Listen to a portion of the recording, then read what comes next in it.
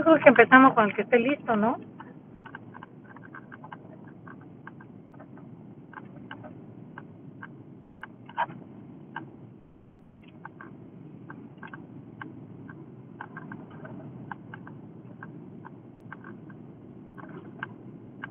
Sí, doctora, ya está instalando la diapositiva, Camila.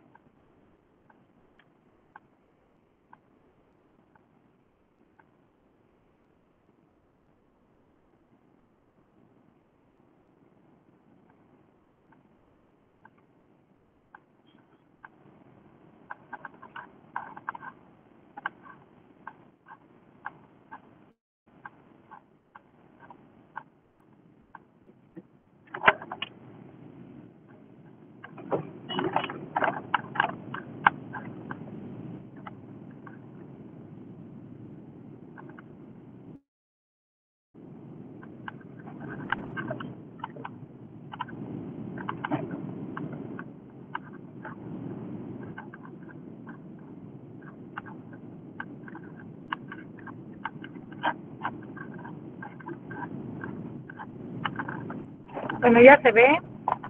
Ese es un tema muy lindo. Sí, A ver, doctora. ¿estás listo? Bueno. Luis Fernando Paz, ¿no? Sí, Luis Fernando Paz. Ya, muy bien. Bueno, yo le voy a hablar sobre la retinopatía en el prematuro. La retinopatía en el prematuro es una enfermedad ocular que afecta a los recién nacidos prematuros, especialmente a los de muy bajo peso. Esto se produce por un desarrollo anormal de los vasos sanguíneos de la retina y que puede llevar al desprendimiento de la retina y ceguera si no es tratado a tiempo. Siguiente, por favor. Bueno, le voy a hablar de etiología. Primeramente, se da por la inmadurez de la retina en bebés prematuros. Esta exposición a altas concentraciones de oxígeno después del nacimiento y también los factores de riesgo como el bajo peso, la edad gestacional de estar en pretérmino y la ventilación prolongada, sepsis o anemia. Tenemos signos y síntomas. Generalmente es asintomática al inicio. En etapas avanzadas puede observarse leucocoria, que es un reflejo blanco, o estrabismo o disminución de la visión. Se detecta solo mediante un examen oftalmológico especializado. Siguiente, por favor. Bueno, en los exámenes complementarios para el diagnóstico necesitamos el examen de fondo de ojo con el oftalmoscopio indirecto. Este es especial para pacientes pediátricos. Se realiza entre la semana cuarta y sexta de vida o a las 31 y 33 semanas de edad postconcepcional. La clasificación es por estadios, va del 1 al 5, según la extensión y severidad de la afectación retinal. El tratamiento, tenemos la observación de estadios leves 1 y 2, ya que se pueden resolver estos espontáneamente. Tenemos la fotocoagulación con láser o crioterapia para detener la progresión. Tenemos la inyección intravítrea con anti-VEGF como la bevacizumab en casos seleccionados. También tenemos la cirugía, que es la vitrectomía o cerclaje escleral, en estadios avanzados con desprendimiento de retina. Muchas gracias, doctora. Mi nombre es Luis Fernando Paz.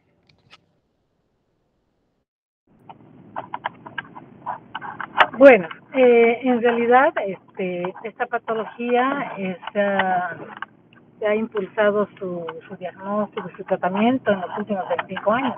Antes no era conocida, antes directamente el niño aparecía ciego, aparecía con leucocoria, entonces no se conocía.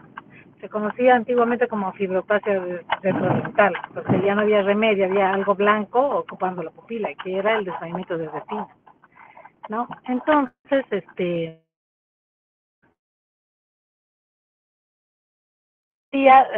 muchas ONGs, eh, Mirada Solidaria, YAPD, etcétera, hacen campañas para que todos los niños reciban una atención oftalmológica en la neonatología y podamos a tiempo pesquisar la retinopatía del prematuro y tratarla, ¿no? A tiempo. Ese es el asunto. Todo niño antes de prematuro, antes de salir de la neonatología, tiene que recibir un fondo de ojo, eso se lo tienen que aprender. No mandar un prematuro a casa sin haber recibido un fondo de ojo. No decir, bueno, señora, se va de alta y vaya a buscar al oftalmólogo. No, el papá no sabe que aquí está y no le da importancia a eso. Entonces, no tiene que salir el niño de la neo sin haber recibido un fondo de ojo en la neonatología.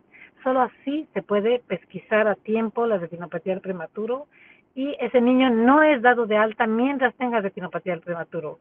Tal vez necesite un tratamiento, entonces ahí mismo, como paciente de la neo, puede recibir su tratamiento y irse ya con una retina tratada en caso extremo, ¿no? Y no correr riesgo de perder la visión por un desprendimiento de retina que después no tiene solución, ¿ya? Los factores de riesgo, el compañero los ha dicho bien, la baja edad gestacional, el bajo peso, el ser gemelar, el recibir transfusión, el distrés respiratorio y un montón de otras alteraciones que los niños presentan, ¿no? Pero lo importante es hacer el fondo de ojo. Y eso, ¿quién lo va a pedir? El neonatólogo. Es el más indicado para decir, estos niños son prematuros, pesan menos de 1.500 gramos, nacieron menos de 32 o 35 semanas, o recibieron oxígeno más de 72 horas, necesitan el fondo de ojo. Él es el indicado a solicitar que venga un profesional, un oftalmólogo, a ver, pero el oftalmólogo también tiene que estar entrenado, porque si no está entrenado para retinopatía del prematuro, es muy difícil esta patología, es muy difícil su examen, imagínense, ojitos muy, muy chicos, revisar, o sea, tiene que estar, el oftalmólogo tiene que estar capacitado también en esta patología. Muy bien. Siguiente, ¿quién sigue?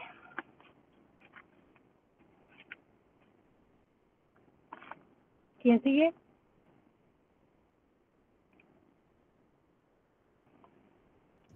Laura. ¿Camile? Yo. ¿Laura o Camile? Laura y después sigo yo, pero si no estaba. Ya, Laura. Sí, estaba Laura. Estaba Laura.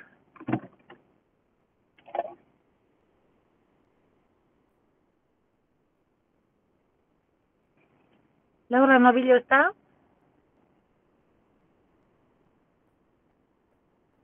Bueno, si quieres, Camile, seguí con tu exposición. Ya, doctora. A ver, que llegue a la diapositiva.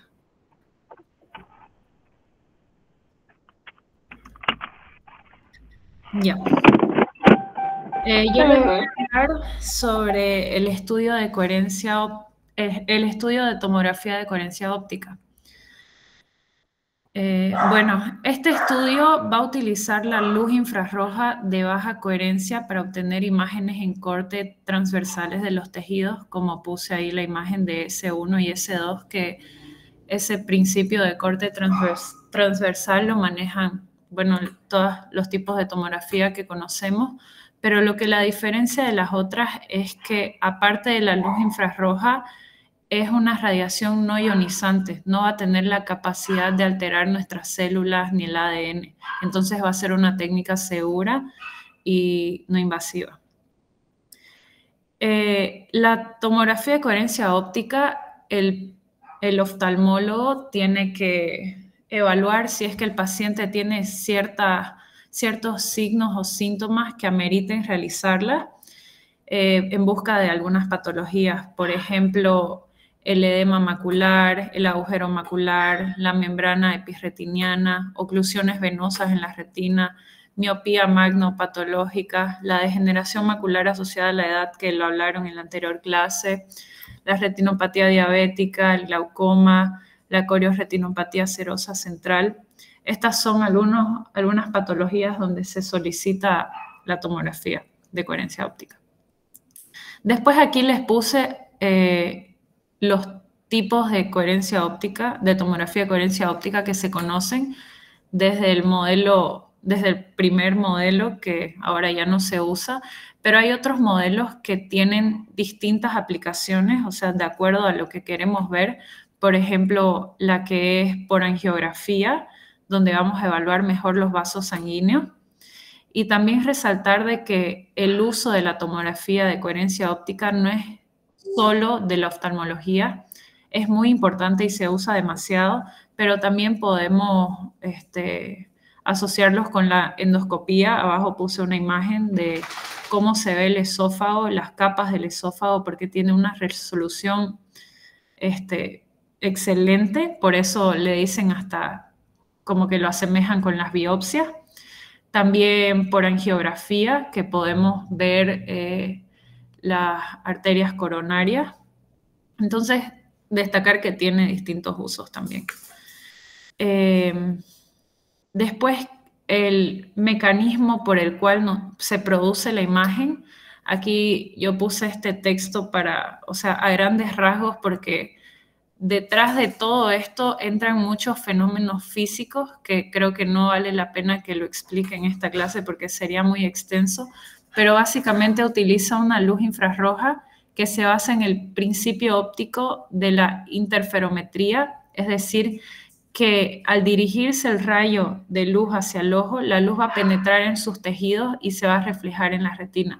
Y a su regreso, la luz va a generar una interferencia que se va a traducir como una imagen en color que muestra estructuras intraoculares y toma sus medidas con una profundidad milimétrica.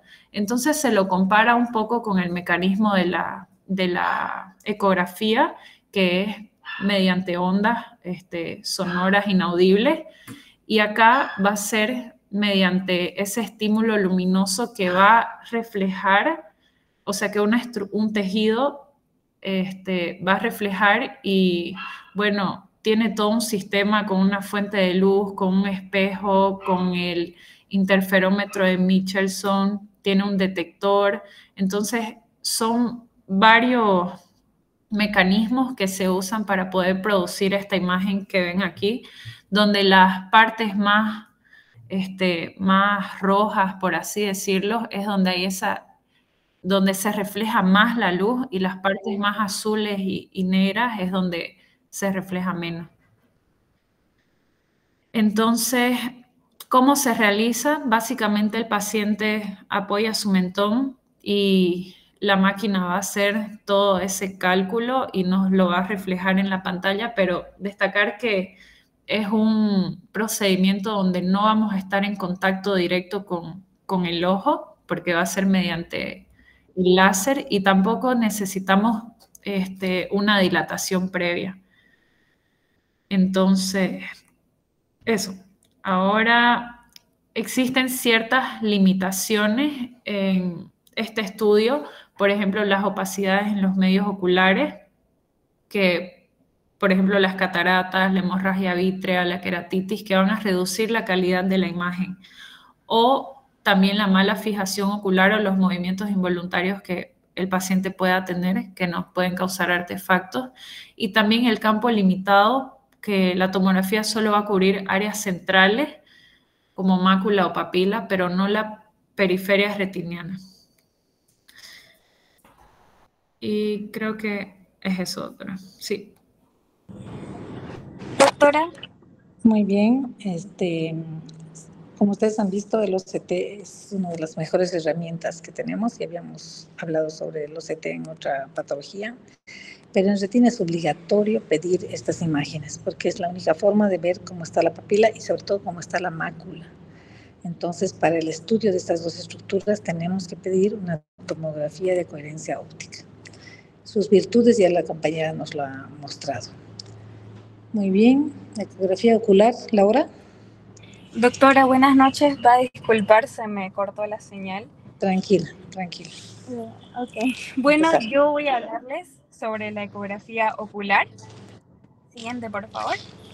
La ecografía ocular, ¿qué es y cómo se realiza? Esta es una técnica diagnóstica que está basada en el uso del ultrasonido para estudiar las estructuras intraoculares y orbitarias. Esta consiste en el que un transmisor especial emite ondas acústicas de alta frecuencia hacia un tejido blanco. Estas ondas rebotan en los diversos componentes del tejido y el eco es captado por un receptor que las amplifica y las envía a la pantalla de un osciloscopio. Esto se utiliza un solo dispositivo, que es el transductor, que contiene tanto el transmisor como el receptor que se coloca sobre el ojo y así permite dirigir el haz ultrasónico. Las distintas estructuras que se hallan en la trayectoria del haz reflejan ecos independientes hacia el receptor del transductor. Estos llegan de diferentes receptores en diferentes momentos.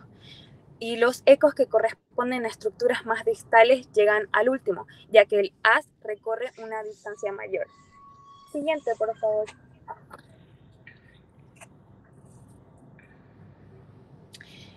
Contamos con dos modalidades de ecografía clínica, la de modo A y la de modo B. En la ecografía de modo A vemos que el ultrasonido se dirige en línea recta hacia el ojo. Cada eco que regresa aparece en la pantalla como una espiga cuya altura refleja la densidad del tejido que la generó.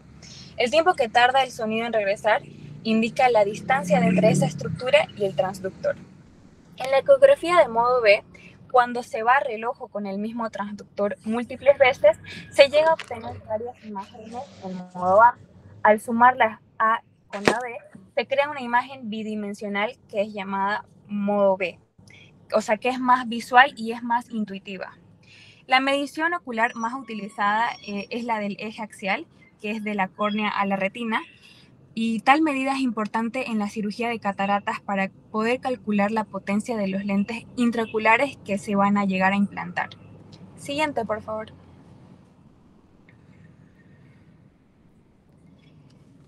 Mencionando sobre la ecografía Doppler, esta llega a analizar el flujo sanguíneo en las arterias y en las venas orbitarias.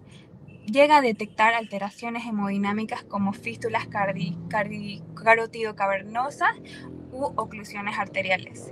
El paciente cierra el ojo y se tiene que aplicar gel sobre el párpado directamente o sobre la córnea. Y esto vendría a ser la anestesia. Se realizan cortes axiales, longitudinales y transversales. El examinador ajusta la ganancia y frecuencia para poder obtener una mejor resolución. En las indicaciones clínicas en las que podemos utilizar la ecografía Doppler pueden ser en desprendimiento de retina o coroides, en una hemorragia vítrea o desprendimiento vítreo posterior, tumores intraoculares como ser el melanoma, hemangioma, en la metástasis, también cuando puede haber cuerpos extraños intraoculares o en patologías orbitarias como abscesos, tumores o un pseudotumor inflamatorio. Siguiente, por favor.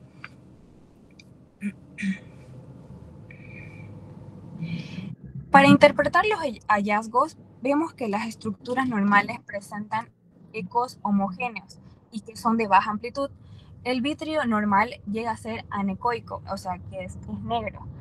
Y los desprendimientos de retina aparecen como membranas móviles y finas.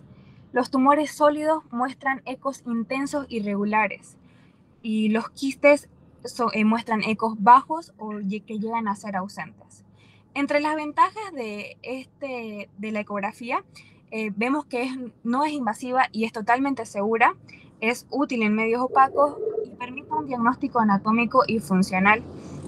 Y también puede complementarse con una tomografía o una resonancia magnética. Las limitaciones es que podemos ver menor resolución que una tomografía o la resonancia, por eso se complementan, ¿no? Y depende de la experiencia del operador para poder visualizar las imágenes. Y esto no llega a reemplazar estudios estructurales profundos de la órbita. Eso sería todo, doctora. Muchas gracias. Muy bien, estuvo bien explicada la ecografía. Y no olviden que la ecografía está indicada cuando los medios ópticos son opacos.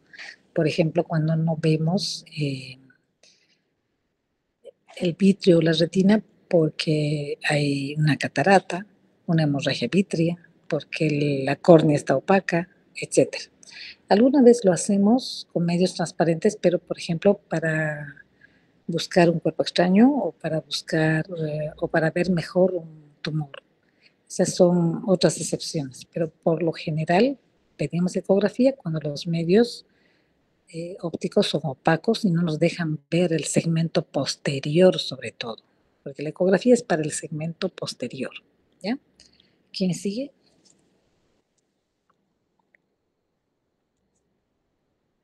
Ahora le toca al otro grupo, doctora. Ah, muy bien. A ver, vamos a empezar con glaucoma. Renata Mazo.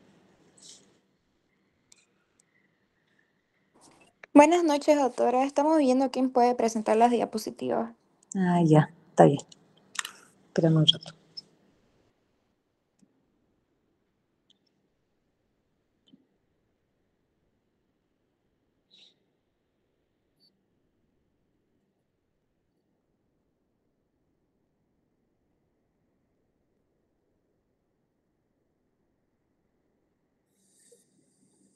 ¿Se ve? ¿Quién va a empezar?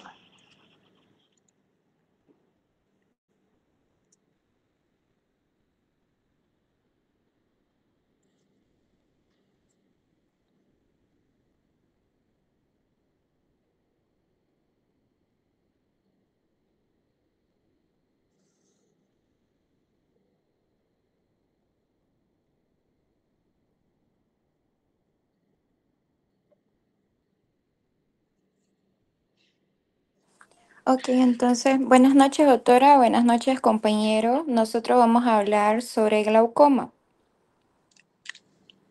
Siguiente, por favor. Ya, vamos a empezar con mi persona, Renata Gabriel Mazo, hablando sobre lo que es la fisiología del humor acuoso y la fisiopatología del glaucoma. Siguiente, por favor. Ya, empezamos entonces definiendo qué es el humor acuoso, que sería un líquido transparente que llena las cámaras anterior y posterior del ojo. Su función principal es nutrir la córnea y el cristalino, que son estructuras que no tienen vasos sanguíneos, y sería también mantener la presión intraocular, lo que conserva la forma del globo ocular. Está compuesto principalmente por agua, pero también contiene iones, glucosa, aminoácidos, ácido láctico, oxígeno y pequeñas cantidades de proteína. Se produce en los procesos ciliares del cuerpo ciliar y pasa desde la cámara posterior hacia la cámara anterior a través de la pupila. Luego drena por la malla trabecular y el canal de Schlenk, o en menor cantidad por la vía uveoescleral.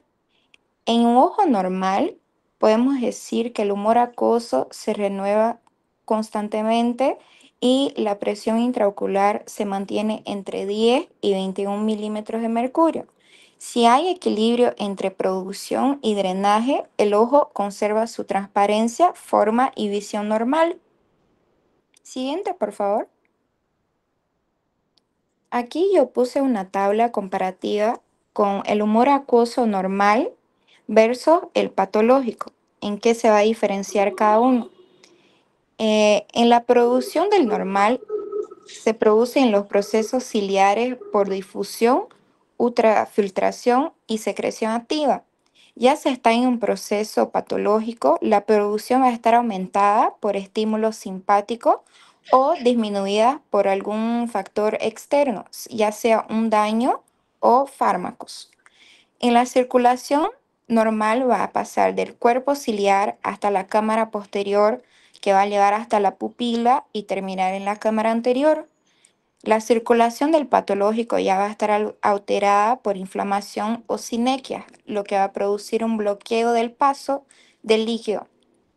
En el drenaje, el normal va a estar por la vía trabecular 85% y uveoescleral 1,15%, y se va a mantener una presión intraocular normal.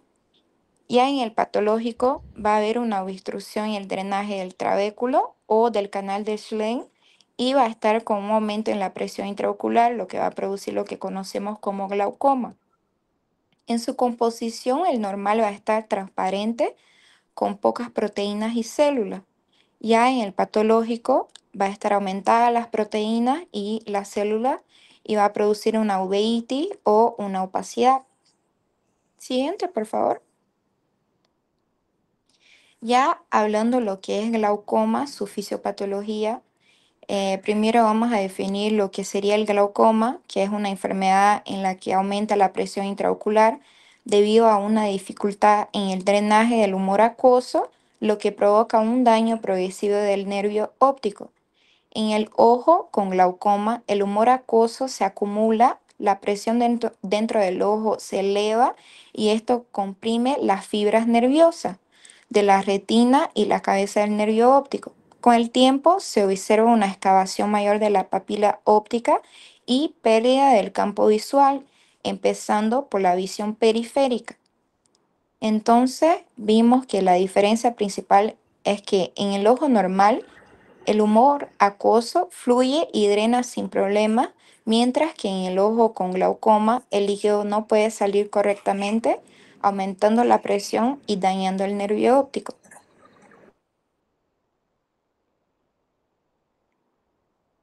Acá vemos la fisiopatología del glaucoma, que lo puse en 6 pasos para que se quede de una manera más fácil de memorizar, que sería que se produce el humor acuoso en los procesos ciliares.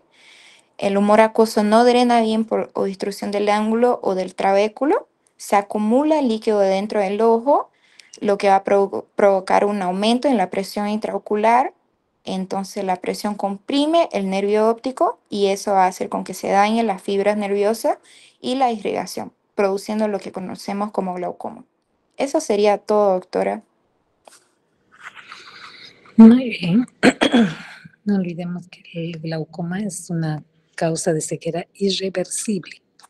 Por toda la patología que la compañera nos ha indicado, todo es un funcionamiento tanto de la producción como de la excreción del humor acuoso. Y en la fisiopatología, la parte que se daña es la capa de fibras nerviosas, que es la que forma el nervio óptico. Esa es la parte que se daña en realidad y es lo que produce pérdida de visión, por la pérdida de fibras nerviosas. Muy bien, siguiente. Buenas noches, doctora. Les voy a hablar sobre la tonometría y la genioscopía. Yasmín Rivero, ¿no? Sí. Bueno, la tonometría es un examen mediante el cual se mide la presión intraocular y se utiliza para detectar el glaucoma. Mediante el uso de un tonómetro, esta se mide de forma indirecta la presión intraocular. Es importante que la presión intraocular se mantenga en los parámetros normales, ya que un aumento de este puede causar daños en el nervio óptico que pueden provocar la pérdida de visión. Ahora les voy a hablar sobre los tipos de tonometría, que primeramente tenemos a la tonometría de aire, que esta es una técnica no invasiva, no produce dolor al ponerse en práctica, por lo que se utiliza en muchos casos como screening. El funcionamiento de este consiste en emitir un soplido de aire que provoca un aplanamiento de la córnea. En función de esta, es posible valorar la presión intraocular. El funcionamiento de este tonómetro hace que sea menos preciso que los convencionales, donde el paciente, como reacciona al soplido, puede cerrar el ojo o retirarse del aparato. Y si esto sucede, los valores de presión intraocular obtenidos son superiores a los reales. Entonces, este tipo de tonometría se indica en los pacientes que han sido operados o que padecen de problemas corneales, en los que se debe evitar tocar la córnea, y su uso se desaconseja en pacientes con cicatrices en la córnea o edema. Seguimos con la otra, que es la tonometría de rebote, que esta consiste en medir de forma indirecta la presión intraocular utilizando la emisión de una sonda metálica microscópica que se dirige a la córnea, midiendo la velocidad a la cual la sonda se detiene al encontrarse con una superficie de la córnea y se obtiene el nivel de presión intraocular. Pasamos ahora con la tonometría de aplanación o Goldman, que consiste en medir la presión intraocular de forma indirecta utilizando un tonómetro colocado en una lámpara de hendidura. Este tipo de tonometría es la técnica más comúnmente utilizada para medir la presión intraocular. Ahora la tonometría por aplanamiento de Perkins, que este es un sistema portátil que se basa en principios muy parecidos a la tonometría de Goldman, en la que también es necesaria la intervención del oftalmólogo. Ahora, ¿cuándo es que se puede realizar esta prueba? La tonometría mide la presión intraocular y sirve para la detección del glaucoma. Entonces, después de los 40 años de edad, el riesgo de sufrir glaucoma aumentada, se tiene que realizar los exámenes oftalmológicos correspondientes de manera regular, ya que esta ayuda a detectar el problema de forma temprana, evitando la aparición de los daños más graves. Esta prueba también puede realizarse antes y después de una cirugía ocular. ¿Cómo es que se hace la tonometría? Cuando se trata de una tonometría de aplanamiento, el oftalmólogo coloca una gota anestésica en cada ojo. Esta se utiliza colorante de fluoresceína durante el examen. El paciente debe mantenerlo sentado evitando moverse, apoyado sobre la lámpara de hendidura. También debe evitar el pestañeo y seguir las instrucciones médicas. El examen se realiza en una habitación semioscura. Cuando se realiza en tonometría de rebote, el paciente debe estar sentado sin moverse para que el oftalmólogo proceda a realizar la medición. Esta prueba también se lleva a cabo en una habitación semioscura mientras se realiza la medición, y el paciente debe evitar pestañear y seguir las instrucciones de los profesionales. El valor normal de una tonometría es de 10 a 21 milímetros de mercurio. Las mediciones pueden verse afectadas también por el grosor de la córnea del paciente. Cuando un ojo normal posee una córnea gruesa, las lecturas son más altas, mientras que los ojos normales con córneas delgadas arrojan lecturas más bajas. Ahora, si la córnea es delgada pero se obtiene una lectura alta, puede ser muy anormal, ya que la presión intraocular será más alta que la mostrada en la tonometría. Es necesario también medir el grosor de la córnea mediante una paquimetría para lograr una correcta medición de la presión. Unos resultados anormales en esta prueba pueden deberse a un glaucoma ifema, que significa sangre en la cámara frontal del ojo, también por una inflamación ocular o una lesión en el ojo o la cabeza. Es importante que se realicen exámenes regulares con el fin de atajar el problema en sus inicios y realizar la intervención médica necesaria. Y una vez realizadas esas pruebas, es necesario que el paciente hable con su médico y que le explique en detalle los resultados obtenidos y los tratamientos disponibles para el caso. Entonces, la tonometría también, además de detectar el glaucoma, puede ayudar a detectar otros problemas oculares relacionados con la presión, como las inflamaciones oculares, traumatismos oculares o síndrome de dispersión pigmentaria. Ahora pasamos con la onioscopía, que es una técnica de exploración fundamental en el diagnóstico del tratamiento del glaucoma. Permite una valoración detallada del ángulo de la cámara anterior, donde podemos observar todas las estructuras situadas en la parte posterior de la córnea y en su unión con una esclera y la cara anterior del iris a nivel de su raíz. Entre estas estructuras destaca la malla trabecular, a través de la cual se realiza la mayor parte de la filtración del humor acuoso. Tenemos tres tipos, que está la directa, la indirecta y la dinámica. En la directa, ¿puedes pasar por aquí? Ya, en la directa vamos a aplicar la técnica es que el paciente esté en posición supina, aplicación anestésico tópico, aplicación de solución viscosa lubricante y una colocación de goniolente en la córnea.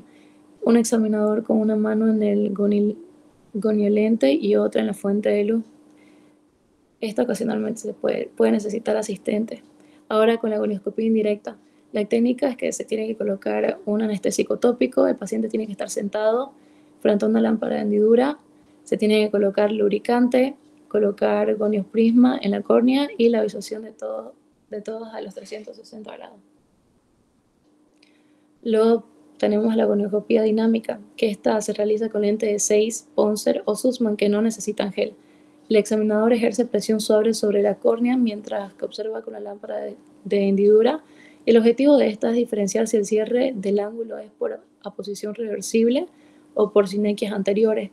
Y la interpretación es que si el ángulo se abre al aplicar la presión, hay un cierre por aposición. En cambio, si el ángulo permanece cerrado, entonces es que hay un cierre por sinequias.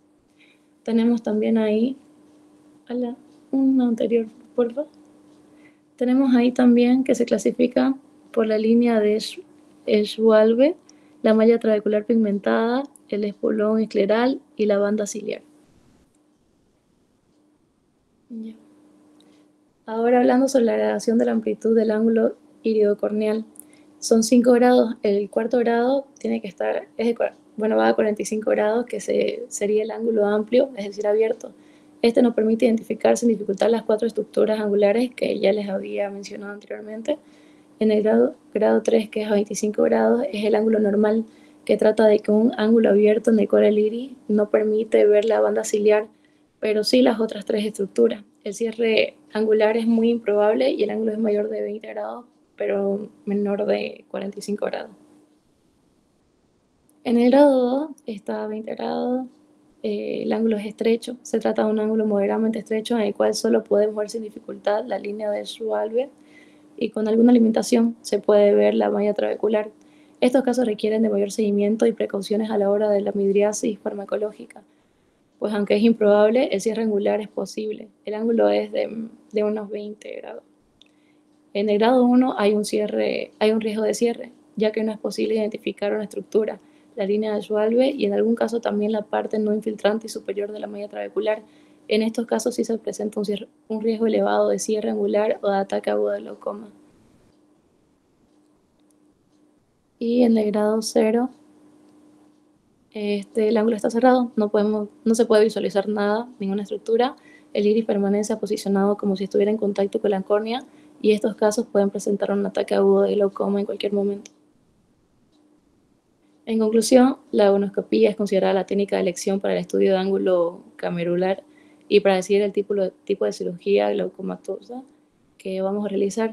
Y aunque actualmente disponemos de nuevas técnicas de imagen para visualizar el ángulo, no pueden sustituir la gonioscopía tradicional, ya que solamente sirven para complementarla.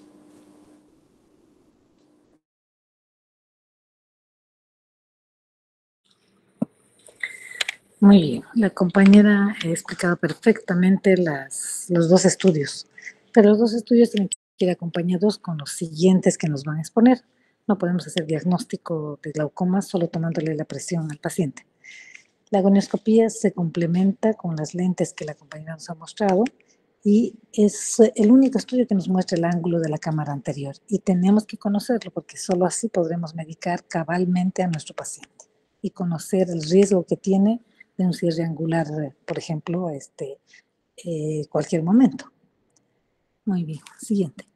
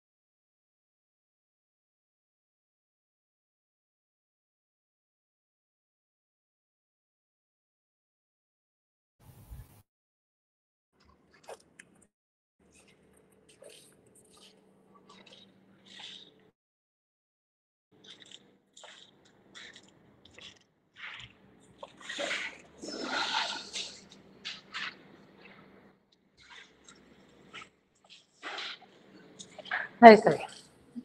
Gracias.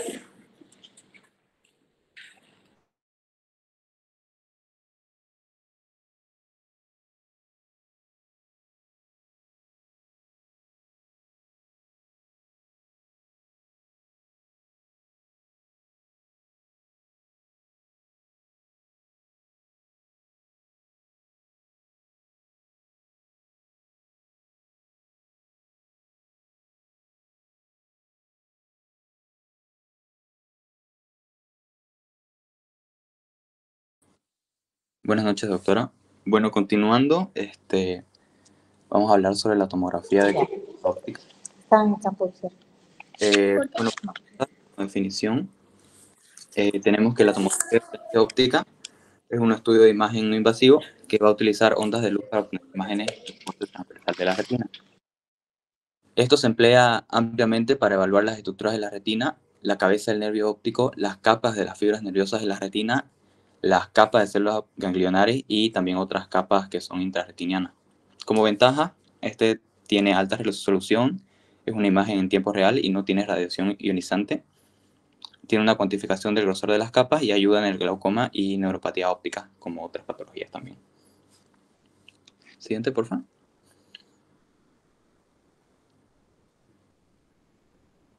Siguiente, por favor.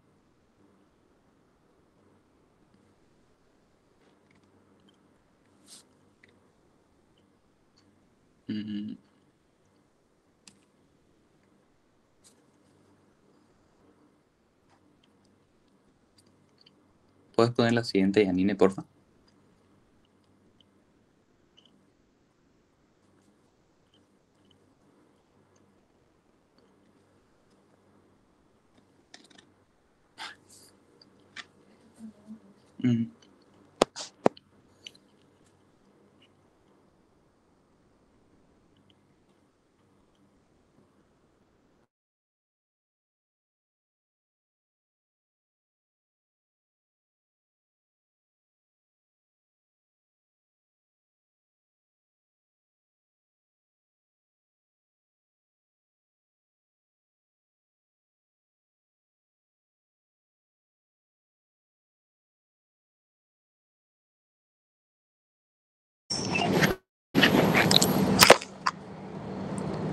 Parece que Mateo perdió la comunicación.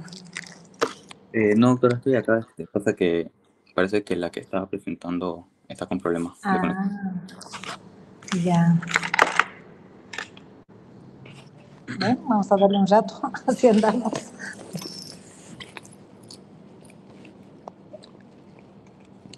A ver si se vuelve a...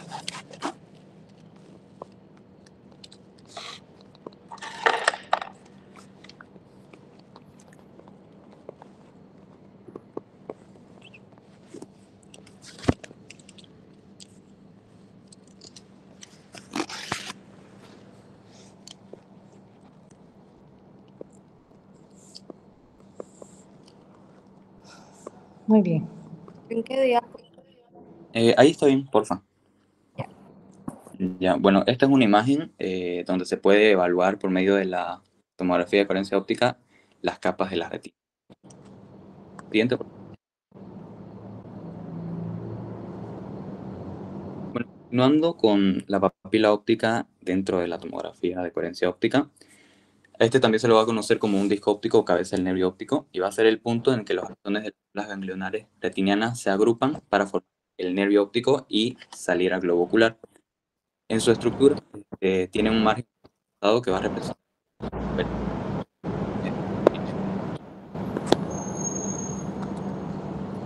foco óptica es la depresión que se encuentra en el centro del disco y va a variar según la patología.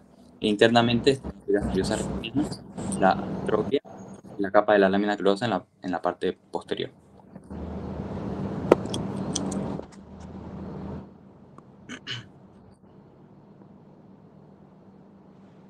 Siguiente, por favor. La importancia de la tomografía en este sentido de la papila óptica nos va a permitir la evaluación de la cabeza del nervio óptico o medir principalmente el grosor de las capas de las fibras nerviosas peripapilares, la excavación óptica, la patología nerviosa. Y bueno, esta la detectaría así como el glaucoma. Siguiente, por favor.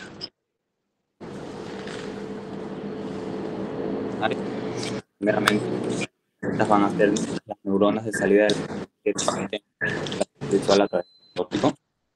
Su cuerpo celular se encuentra principalmente en la capa de las ganglionares de la retina y sus acciones forman las capas de la retina. La tomografía de coherencia óptica moderna puede medir no solo las fibras nerviosas de la retina, también la capa de las células ganglionares y también la capa plexiforme interna, o como el complejo de células ganglionares, que se lo usa para evaluar que puedan provocar.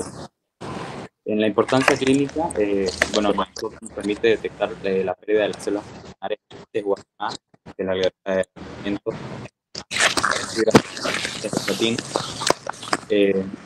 Y en estudios de diagnóstico de glaucomas tempranas se puso las capas de células ganglionares y la capa plexiforme interna.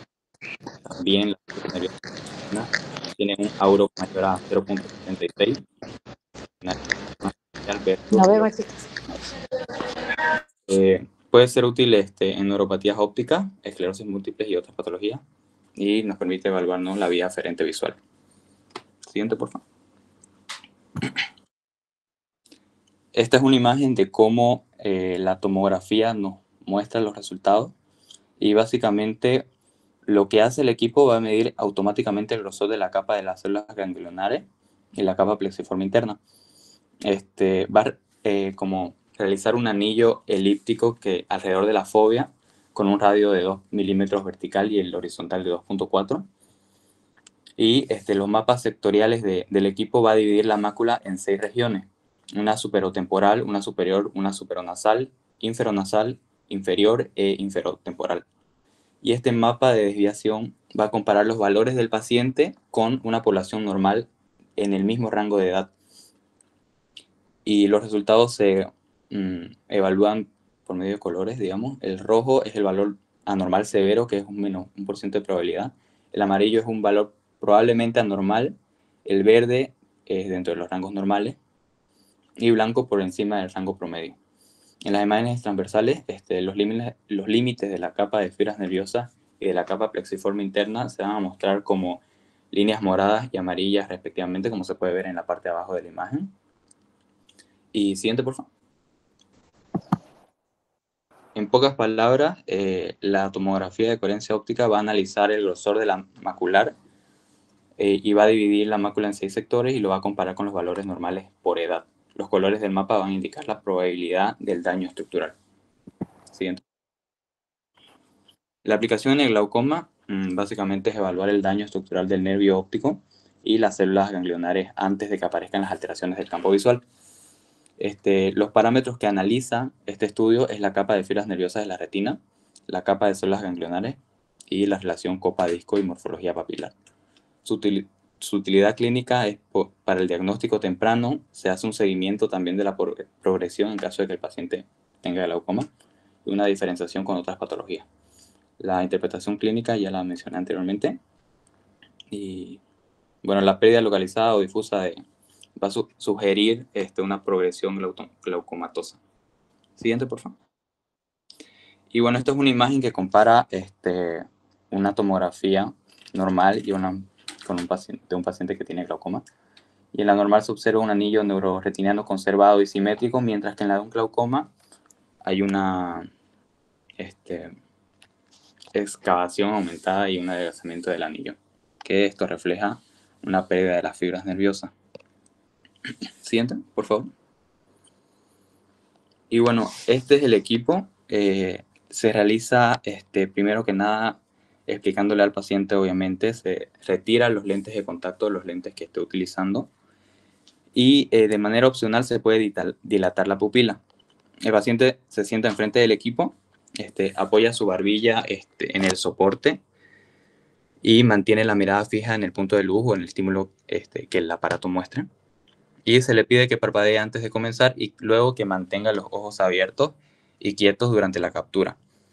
Después el oftalmólogo ajusta el enfoque, la alineación y el equipo emite una luz infrarroja que va a escanear el tejido y va a recoger la señal que refleje.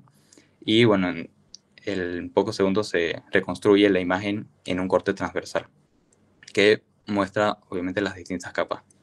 Y tiene una duración de aproximadamente 5 a 10 minutos en total. Es indoloro, el paciente puede retomar sus actividades luego de realizárselo. Y bueno, eso es todo, doctora. Gracias. Muy bien, felicidades. Ha sido una buena descripción del estudio de la tomografía de coherencia óptica, muy útil para el glaucoma, para la detección y para el seguimiento del glaucoma. Muchas veces me ha tocado jóvenes, por ejemplo, con una excavación bastante importante. Se podría sospechar de glaucoma. Sin embargo, en los cortes de la capa de fibras nerviosas y la medida del anillo neuroretinal estaban dentro de lo normal. Entonces, solo se trataba de una megalopapila, por eso tenía una excavación más grande. Y todos los datos de medición y todo, y comparación con el software, con la población que tiene, que adquieren este software y nos dan muchas luces sobre el verdadero diagnóstico de glaucoma. Se está usando cada vez más y es obligatorio el uso hoy en día, tener una tomografía incluso una vez al año para hacer un buen seguimiento del paciente con glaucoma. Siguiente. Campo visual. Bueno, yo les voy a hablar sobre el campo visual en el glaucoma y fondo de ojo papila glaucomatosa. ¿Tú eres Naomi? No, Urioste, Juliana. Urioste, Eliana. Juliana. Ah, ya, perfecto. Bueno, definición de glaucoma vendría a ser: el campo visual es todo lo que la persona puede ver cuando mantiene la mirada fija en un punto.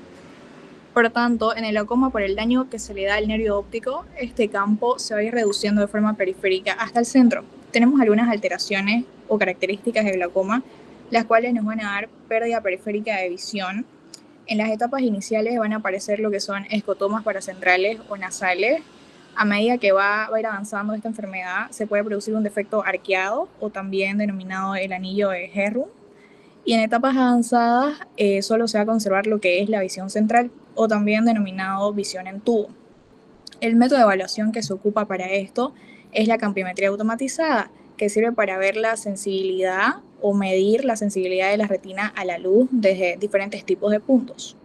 Siguiente. El fondo de ojo o la papila glaucomatosa. Esto nos va a permitir observar directamente al nervio óptico, o también llamado papila óptica. En el glaucoma, el daño del que se produce las fibras nerviosas va a producir una excavación progresiva del disco óptico, el cual, algunas de las características, nos va a dar aumento del tamaño de la excavación con un disco mayor a 0.6, una asimetría entre ambos ojos, una desaparición del anillo neural o adelgazamiento en algunos sectores, y en fases avanzadas puede verse una palidez del nervio óptico. El método de evaluación que se ocupa vendría a ser la oftalmoscopía o fotografía del fondo de ojo, que eso nos va a servir para evaluar directamente el estado del nervio óptico y detectar signos tempranos de glaucoma y controlar su progresión. Es un método estructural que se complementa con la compimetría.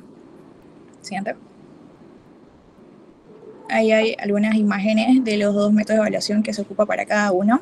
Y en conclusión, el campo visual muestra lo que es el daño funcional y el fondo de ojo revela lo que es el daño estructural.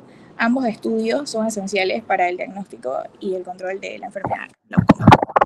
Gracias.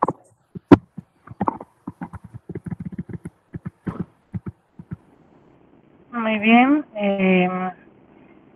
El campo visual es muy, muy importante para hacer el diagnóstico, el seguimiento también, y ver cómo va tu tratamiento de glaucoma. Los últimos campos visuales que se captan en decibeles la capacidad de ver de cada punto de la retina, pues nos ayuda muchísimo a saber si va perdiendo decibeles el paciente este año, a pesar del tratamiento que le estoy haciendo, por ejemplo, está bajando sus decibeles, los está perdiendo, entonces me guía a que tengo que bajar más aún la presión intraocular de este paciente y no contentarme con 18, con 17, etcétera, ¿no? Entonces, es muy buena la perimetría, campo visual computarizado, así se llama. Hoy en día el campo visual computarizado es excepcional. Hay incluso manual, o sea, así tipo estas gafas que hay para jugar, ¿no? En 3D, bueno, igualito hay para hacer campo visual, ¿no? Y se puede hacer cada 3 meses, cada 6 meses, cada 2 veces al año, dependiendo de cómo va el paciente de cada uno, ¿no? Y el fondo de ojo, ya saben, es mandatorio. El fondo de ojo, pues hay que buscar la excavación de la papila y ver si los vasos están al centro o están nasales, ¿no? Y si está aumentando esta excavación, ¿no? Y obviamente una fotografía del fondo de ojo es lo ideal, ¿no? Pero registrar el fondo de ojo es muy importante. Entonces, todos estos estudios nos llevan al diagnóstico de glaucoma. Todos los que han expuesto los compañeros, sin ellos, con uno solo no podemos hacer 3 o más estudios para el diagnóstico de glaucoma. ¿Ya? Clasificación. Bueno, yo les voy a hablar un poco sobre la clasificación del glaucoma. Dentro de la clasificación general, Naomi China. Ya, sí. Dentro de la clasificación general tenemos que se van a dividir en primario, secundario y congénito infantil. En los subtipos tenemos los primarios, que vienen a ser el glaucoma primario de ángulo abierto, que este es el más común a nivel mundial, y el glaucoma primario de ángulo cerrado, que es más prevalente en la población asiática y en mujeres mayores. Los secundarios, los más comunes tenemos secundarios de una enfermedad uveítica, neovascular, puede ser traumático, pigmentario o incluso inducido por esteroides. Y en el congénito infantil tenemos el glaucoma congénito primario. Siguiente, por favor. Hay otra clasificación que es según la Sociedad Europea de Glaucoma, que se divide en edad, que viene siendo infantil o adquirido, según el tipo, que puede ser primario o secundario, según la morfología, que puede ser abierto o cerrado, o según su etiología y mecanismo. Siguiente, por favor. Dentro de la epidemiología, en lo que es el glaucoma a nivel mundial, se estima que el 3.54% de la población mundial entre los 40 y los 80 presenta algún tipo de glaucoma. En muchos países, sobre todo en los países subdesarrollados, entre el 50 y el 85% de las personas que tienen esta patología no están diagnosticadas. Y la prevalencia obviamente aumenta según la edad, la etnia, la ubicación geográfica, ya sea si es una persona de zona urbana o rural, y el tipo de glaucoma. Siguiente, por favor. Y por último, la epidemiología del glaucoma en Bolivia. Un estudio del IBC, que es la Institución Boliviana de la Ceguera, del 2022, indicó que el 32,8% de los casos de ceguera dentro de los afiliados eran causados por glaucoma.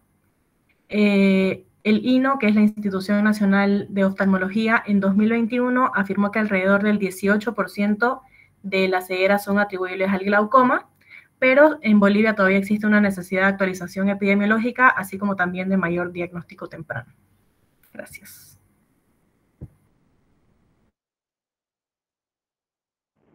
Bueno, es verdad, hay varias clasificaciones para el glaucoma.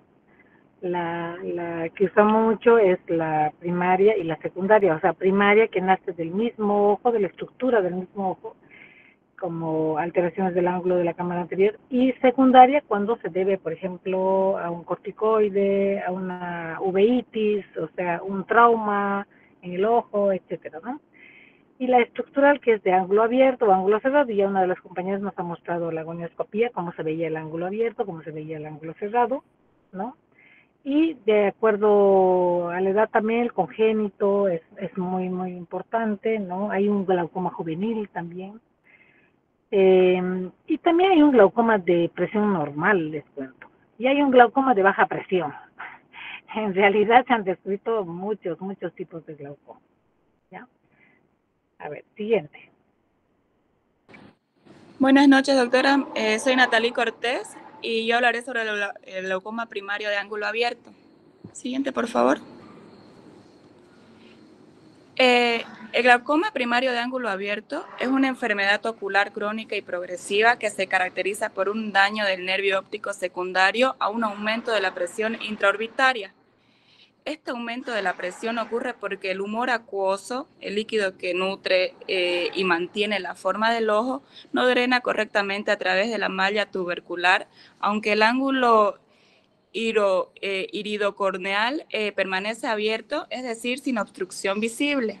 Siguiente, por favor.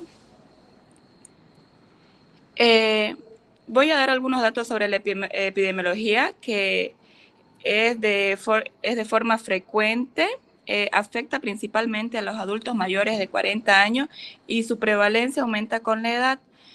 Otros factores de riesgo importantes son los antecedentes familiares de glaucoma, miopía, hipertensión ocular, uso prolongado de corticoides, raza negra y diabetes mellitus. La fisiopatología de esta enfermedad en condiciones normales, el humor acuoso se produce en los procesos ciliares, circula por la cámara anterior del ojo y se elimina a través de la malla tubercular y el canal de Schlemm. El glaucoma primario de ángulo abierto, aunque el ángulo del drenaje está abierto, la malla tubercular se vuelve menos permeable, lo que disminuye el flujo de salida del humor acuoso.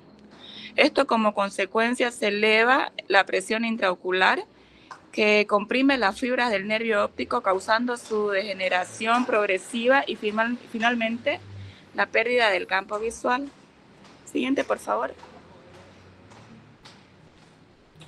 Ya los mencioné. Siguiente, por favor. Dentro de sus manifestaciones clínicas, la característica más importante es que no presenta síntomas en etapas iniciales. El paciente no siente dolor ni visión borrosa al comienzo de la pérdida. La pérdida visual es lenta y periférica, y cuando se perciben los síntomas, el daño ya suele ser avanzado. En las fases más severas puede presentarse visión en túnel y finalmente ceguera irreversible. Siguiente, por favor. El diagnóstico del glaucoma primario de ángulo abierto se basa en una evaluación oftalmológica completa que incluye la medición de la presión intraocular, que es la tonometría, la evaluación del nervio óptico, la oftalmoscopía, la campimetría o examen del campo visual, el examen de coherencia óptica y la gonioscopía. El tratamiento, el objetivo es disminuir la presión intraocular para prevenir la progresión del daño del nervio óptico. Y existen tres grandes tipos de tratamiento: el médico, el láser y el quirúrgico. Explicaré algunos de los procedimientos de cada uno. Perdón, tenemos gente que va a hablar de tratamientos médico, quirúrgico y láser. ¿Le doy un breve repaso o aquí? Muy breve, dale. El tratamiento láser consistiría en aplicar el láser de argón sobre la malla trabecular, y el calor del láser va a provocar estas pequeñas contracciones del tejido, lo cual aumenta el espacio entre las trabéculas y facilita la salida del humor acuoso, disminuyendo la presión intraorbitaria. Luego, en el tratamiento quirúrgico, se va a hacer una pequeña incisión o canal en la esclera para que el humor acuoso drene hacia la ampolla filtrante debajo del párpado superior. De esta forma, la presión intraocular va a disminuir de manera significativa. El pronóstico depende del momento en que se realiza el diagnóstico y se hace el tratamiento. Si se detecta de forma temprana, el paciente mantiene control adecuado, se puede preservar la visión. Sin embargo, cuando el daño es avanzado, la pérdida visual ya no es reversible. Como conclusión, el glaucoma primario de ángulo abierto es una enfermedad silenciosa pero grave que puede llevar a la ceguera irreversible y no se diagnostica y trata a tiempo. Por eso es fundamental la detección precoz, especialmente en personas de factores de riesgo, y el seguimiento periódico con el oftalmólogo. Gracias. Bueno, es cierto. Es el glaucoma simple, crónico simple se llama, y de ángulo abierto, es una enfermedad silenciosa. El paciente no se da cuenta. La presión intraocular sube lentamente, 17, 20, 24, 28, 30, y el paciente ni siquiera se ha dado cuenta. Ya cuando esta presión empieza a dañar el nervio óptico y el campo visual empieza a reducir, ya recién se da cuenta de que no está viendo bien. Y eso es muy tarde. ¿Por qué? Porque todo lo que se pierde de campo visual no se recupera nunca más. Esta enfermedad es así, no tiene vuelta, ¿no? Entonces, ¿qué hay que hacer? Prevenir. ¿Y cómo vamos a prevenir? Yendo al oftalmólogo a partir de los 40 años, que es la edad de riesgo, a tomarse la presión intraocular y hacer un examen médico. Muy bien, seguimos. Buenas noches, doctora. Ya les voy a hablar sobre el glaucoma agudo de ángulo cerrado. Siguiente, por favor. Ya. Primero, ¿qué es el glaucoma agudo de ángulo cerrado? Es una emergencia oftalmológica donde va a haber un aumento súbito y marcado de la presión intraocular porque hay un bloqueo del ángulo iridocorneal. Como ya explicaron mis compañeros anteriormente, se secreta en todo lo que son las células ciliares y va a pasar a través de la pupila a la cámara anterior. Pero ¿qué pasa? Puede que el iris se vaya muy anterior, entonces cierra este ángulo iridocorneal y no se puede drenar, no llega a la trabécula el humor acuoso, entonces va a aumentar la presión en el ojo y nos puede causar esto un daño en el nervio óptico. Siguiente, por favor. Los factores de riesgo pueden ser anatómicos y personales y demográficos. Los anatómicos, como por ejemplo un ángulo iridocorneal angosto, una cámara anterior estrecha, un cristalino que esté muy adelante, un ojo hipermétrope o pequeño. Entre los factores personales tenemos mujer, porque estas tienen la cámara anterior más corta, pacientes de edad avanzada, algún antecedente familiar de un glaucoma agudo de ángulo cerrado, los asiáticos también, y el principal factor predisponente anatómico es la hipermetropía.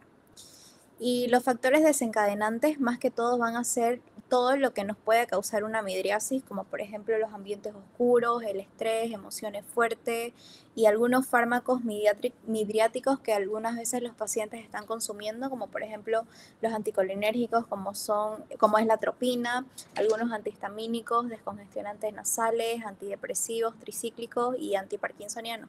Y también existen factores fisiológicos que van a desencadenar esto, como por ejemplo la fatiga visual, la lectura con poca luz o los estados emocionales intensos.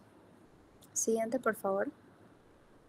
Las manifestaciones van a ser dolor ocular intenso, no es como el glaucoma agudo, el glaucoma de ángulo abierto. Aquí sí vamos a tener un dolor ocular intenso, va a haber una cefalea del mismo lado, la visión va a estar borrosa y el paciente va a decir que ve halos de colores alrededor de todas las luces, va a tener náuseas y vómitos por estimulación vagal, va a tener fotofobia y el paciente dice que siente el ojo duro como una piedra.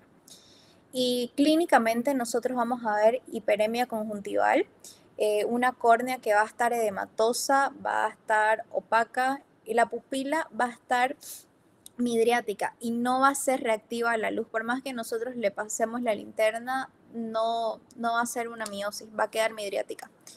La cámara anterior también la vamos a ver muy estrecha ausente, la presión intraocular va a estar elevada, después vamos a hablar sobre la crisis y también hay una disminución muy rápida de la agudeza visual. No hay como el paciente no se dé cuenta que está cursando con un glaucoma agudo de ángulo cerrado. Siguiente, por favor. El diagnóstico principalmente es clínico, pero se confirma mediante la gonioscopía. También se puede hacer una tonometría que va a revelar una presión intraocular muy elevada y la biomicroscopía nos puede mostrar el edema corneal y una cámara anterior poco profunda. Siguiente, por favor. El tratamiento principalmente se basa en reducir la presión intraocular.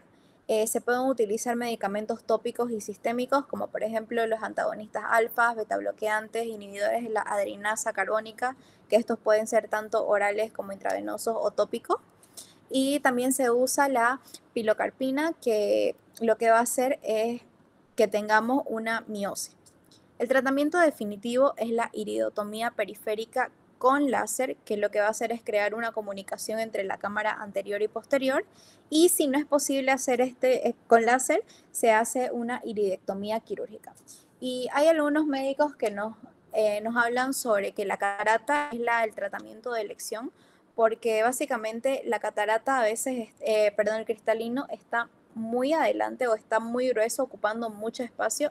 Entonces, al retirarlo y poner un lente, básicamente se resuelve el problema, ¿no? Siguiente, por favor. Y ahora les voy a hablar sobre una crisis de glaucoma agudo de ángulo cerrado o un ataque agudo de glaucoma. Clínicamente es lo que ya expliqué, hay mucho dolor, está el aspecto del ojo rojo y la pupila está midriática. La tonometría es sí o sí mayor a 40 milímetros de mercurio. Y lo mismo, vamos a ver en la microscopía edema corneal, en la cámara anterior estrecha, un iris abombado. Acá no se puede, en la crisis o el ataque agudo de glaucoma, no se puede hacer una gonioscopía porque está todo opaco y no lo vamos a poder ver. Además que eso va a estar muy doloroso y muy sensible. El pronóstico es bueno si el tratamiento se instaura dentro de las primeras horas y se puede recuperar la visión, pero si se retrasa más de 24 o 48 horas, puede haber una lesión irreversible del nervio óptico que nos puede llevar a una amaurosis.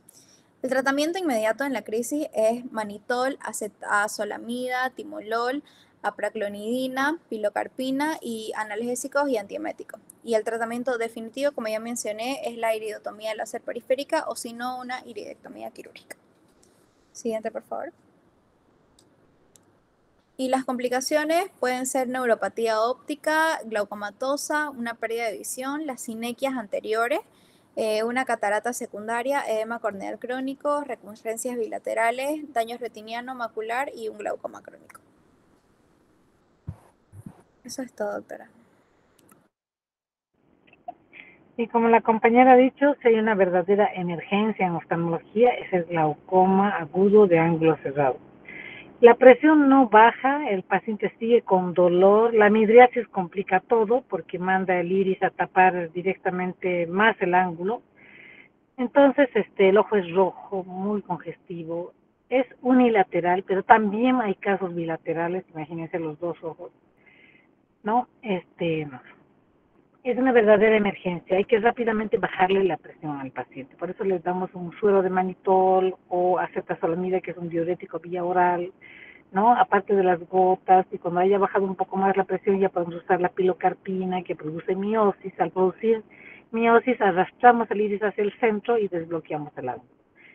Y aunque haya pasado la crisis, tenemos que hacer láser porque la que vuelva a tener otro glaucoma agudo es, pero altísima el porcentaje de que se pueda presentar otro glaucoma agudo. No va a aguantar el nervio óptico dos ataques de glaucoma agudo de 50, de 60 de presión o de 4, ¿no? O sea, ni el paciente tampoco, o sea que es fatal, ¿no? Hay que tomar en cuenta todos los signos que la compañera nos ha dicho. Siguiente. Buenas noches, doctora. El tema que yo les voy a hablar es sobre el glaucoma congénito. Siguiente, por favor.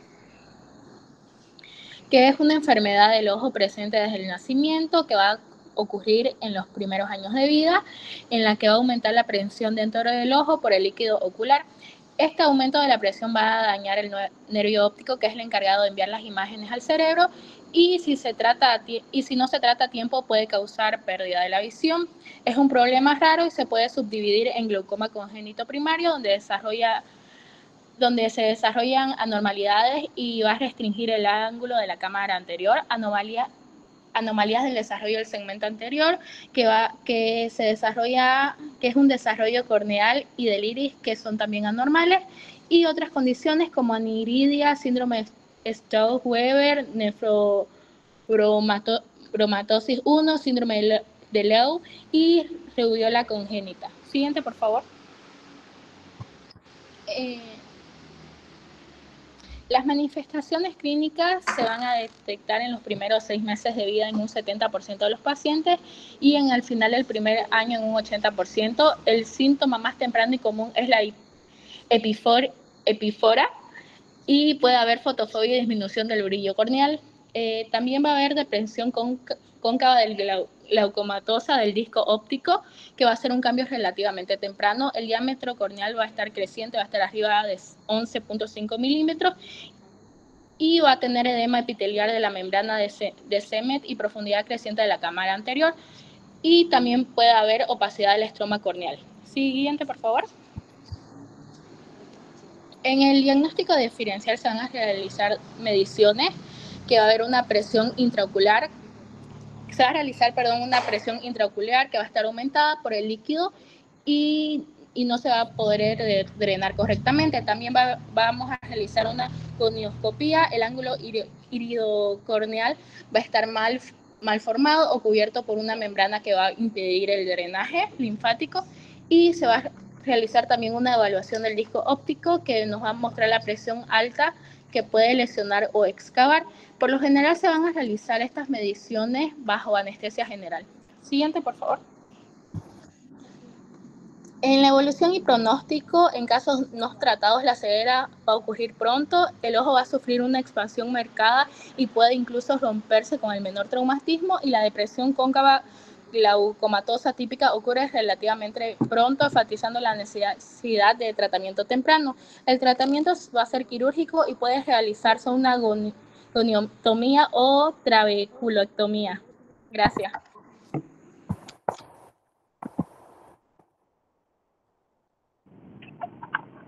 Bueno, muy importante el diagnóstico del glaucoma congénito. Ustedes han oído, el problema es que el ángulo de la cámara anterior está mal formado o tiene una membrana encima, conocida como membrana de Barkham, o hay una inserción anterior de la raíz del iris. Todavía no se sabe cuál es la verdadera fisiopatología de la alteración, pero imagínense que esto ocurre en los 360 grados del ángulo de la cámara anterior. ¿Por dónde filtra el humor acuoso? Si esta es una alteración congénita. Por lo tanto, el glaucoma congénito no tiene buen pronóstico. Todos van directo al tratamiento quirúrgico, ninguno se soluciona con tratamiento médico, tampoco de láser, van todos al tratamiento quirúrgico. Y puede ser que dure poco el tratamiento quirúrgico porque vamos a hacer un pequeño canal y los 360 grados están cerrados. Imagínense, un pequeño canal que le tiene que durar. A veces se tapa la ampolla, hay que volver a hacer otra trabeculotomía y trabeculostomía, son las cirugías que hoy día se hacen. También se está haciendo mucho la gonioscopía, la goniotomía, porque se está operando ahora por dentro de cámara anterior, yendo a romper todo lo que está obstruyendo la malla trabecular, se rompe con un dispositivo, ¿no? Para liberar y que el humor acuoso llegue a la malla trabecular y de aquí pase al canal de Schlemm. Entonces, es quirúrgico el tratamiento, hay que actuar a tiempo, hay que diagnosticar rápidamente antes de que se crezca el ojo, porque el ojo, no le duele al paciente, pero como tiene una esclera tan débil, tan elástica, empieza a crecer y eso se conoce como bustalo, ¿no? No olvidar el signo patognomédico, que son las estrías de Hart, que son rupturas de la DSM en forma horizontal. De esta forma podemos saber si es un glaucoma congénito o es un glaucoma por otra causa, ¿no? Si hay estrías de Hart, es un glaucoma congénito. Por lo general es bilateral, aunque también puede ser unilateral. Tiene carga hereditaria muy fuerte, hay familias enteras de glaucoma congénito. Muy bien, hay que solucionar pronto. Siguiente. Buenas noches, doctora. Mi nombre es Jorge Denker y les voy a explicar sobre el glaucoma secundario a enfermedades oculares. Siguiente, por favor. El glaucoma secundario, como pueden ver, se produce por un aumento de la presión intraocular que se presenta como complicación de otra patología ocular, y estas pueden ser el glaucoma pigmentario, por pseudoexfoliación, por cambios en el cristalino, cambios en el tracto uveal, secundario traumatismo, el síndrome iridocorneal endotelial, el posquirúrgico, el glaucoma inducido por esteroides y también el glaucoma secundario impresión venosa epiesclerótica elevada. Siguiente, por favor. El glaucoma pigmentario se caracteriza por una deposición anormal de pigmento en la cámara anterior y defectos de transiluminación del iris. Esta deposición anormal de pigmento es más notoria en la malla trabecular, que presuntamente también impide la excreción de humor acuoso. y los efectos de transiluminación del iris no suelen ser muy evidentes. Esto ocurre a menudo en varones miopes de 25 a 40 años que tienen una cámara anterior profunda con un ángulo amplio. Estos cambios pigmentarios pueden estar presentes sin glaucoma. Es por eso que las personas que los manifiestan deben considerarse como sospechosas de glaucoma. En los estudios igual de ultrasonido muestran un marcamiento posterior del iris. Y como tratamiento de esta, se utiliza la terapia miótica y la iridotomía periférica, aunque estas dos no está claro si es que tienen beneficio a largo plazo sobre el desarrollo del glaucoma. Siguiente, por favor. El glaucoma por pseudoexfoliación.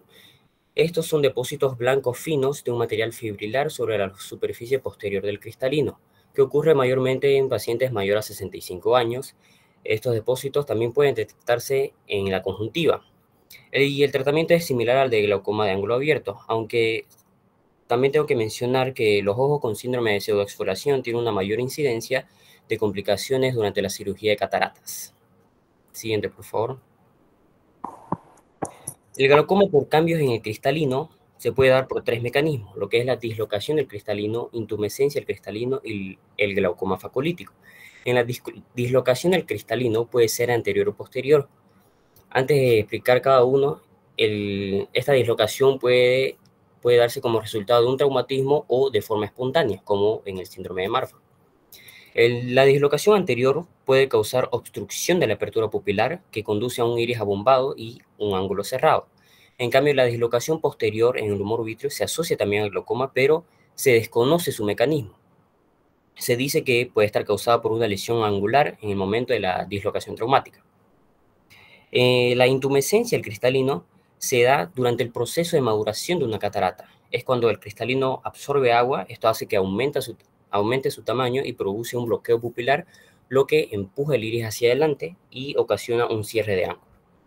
El glaucoma facolítico ocurre a partir de una catarata ya avanzada, el cual puede desarrollar derrames de la cápsula del cristalino anterior, lo que permite el paso de las proteínas del cristalino hacia la cámara anterior.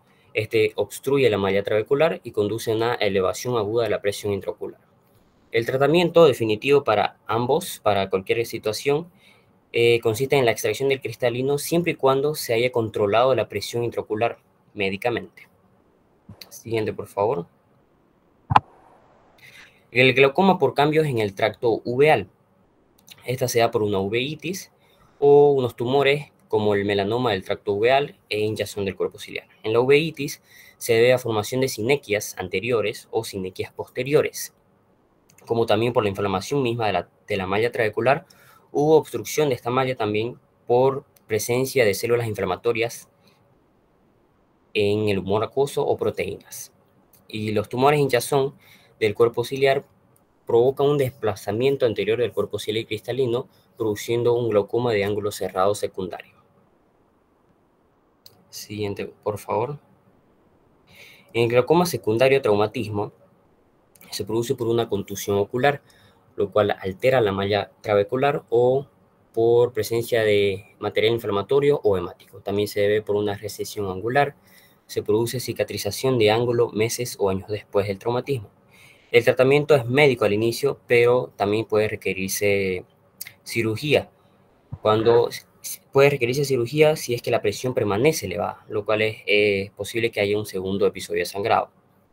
El síndrome iridocorneal endotelial es una rara condición de causa desconocida, la cual se da en adultos jóvenes y es por lo general unilateral y se manifiesta por descompensación corneal, glaucoma y anormalidades del iris, como la corectopía y la policoria. La corectopía es una condición del ojo la que se caracteriza que la pupila no está en su centro, en su posición normal, central, sino que está desplazada. Y la policoria es cuando hay más de una pupila. Siguiente, por favor. El glaucoma después de una cirugía ocular o glaucoma postquirúrgico se da mediante el glaucoma de bloque ciliar, que es el glaucoma maligno, que tras la operación la presión intraocular es más alta que la esperada y el cristalino es empujado hacia adelante. Estos pacientes que padecen de este glaucoma después de una cirugía refieren una visión borrosa a distancia, pero una visión mejorada de cerca. y obviamente presentan dolor e inflamación. El tratamiento de este glaucoma de bloque ciliar consiste en agentes cicloplégicos y midriáticos, como también supresores de humor acuoso y agentes hiperosmóticos. Estos dos últimos se usan para contraer lo que es el cuerpo vítreo y mover el cristalino hacia atrás. Y las sinequias anteriores periféricas, que la cirugía que resulta en cámara anterior plana conducirá a la formación de sinequias anteriores periféricas. Para esto se requiere la reformación quirúrgica. Siguiente, por favor. Y por último, el glaucoma inducido por esteroides, que se da por administración prolongada de corticoides, que pueden provocar un aumento de la presión intraocular o un glaucoma de ángulo abierto, pero se alivia mediante el retiro de esta medicación, suele eliminar estos efectos, y también por el uso de midriáticos, que pueden desencadenar un ataque agudo de glaucoma, especialmente con la atropina. Y finalmente, cabe recalcar que hay otro tipo de glaucoma secundario, que a continuación lo va a explicar mi compañera, que es el glaucoma neovascular. Gracias. Como ustedes han visto, hay muchísimos tipos de glaucoma secundario. Vamos a escuchar el glaucoma neovascular más para seguir comentando el siguiente. Buenas noches, doctora. Mi nombre es María Alejandra Roca y voy a exponer sobre el glaucoma neovascular. Siguiente, por favor. El glaucoma neovascular es un tipo de glaucoma secundario que se caracteriza por la formación de nuevos vasos sanguíneos sobre el iris o el ángulo de la cámara anterior del ojo. Los neovasos y la membrana fibrovascular resultante van a comprometer el drenaje del humor acuoso, elevando la presión intraocular, y si no es detectado a tiempo tiene pronóstico visual desfavorable. Siguiente. Siguiente, por favor. Etiología. Las más frecuentes son las retinopatías diabéticas proliferativas, oclusión isquémica de la vena central de la retina y síndrome de isquemia ocular.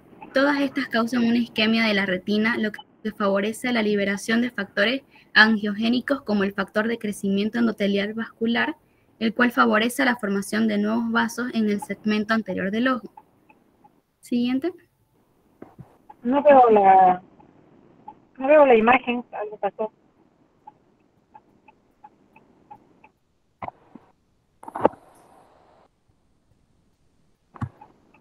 No veo las imágenes.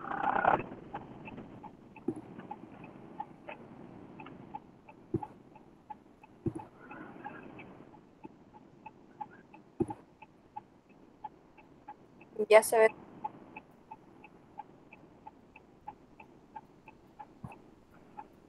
Se ve perfecto. Okay. Manifestaciones clínicas.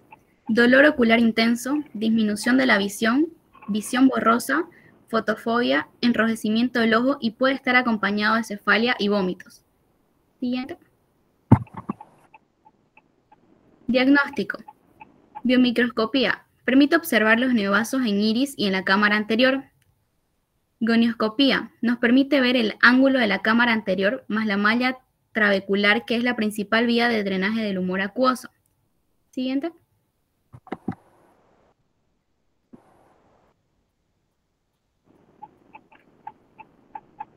Tonometría. Mide la presión intraocular y vamos a encontrar una presión elevada de más de 40-50 milímetros de mercurio.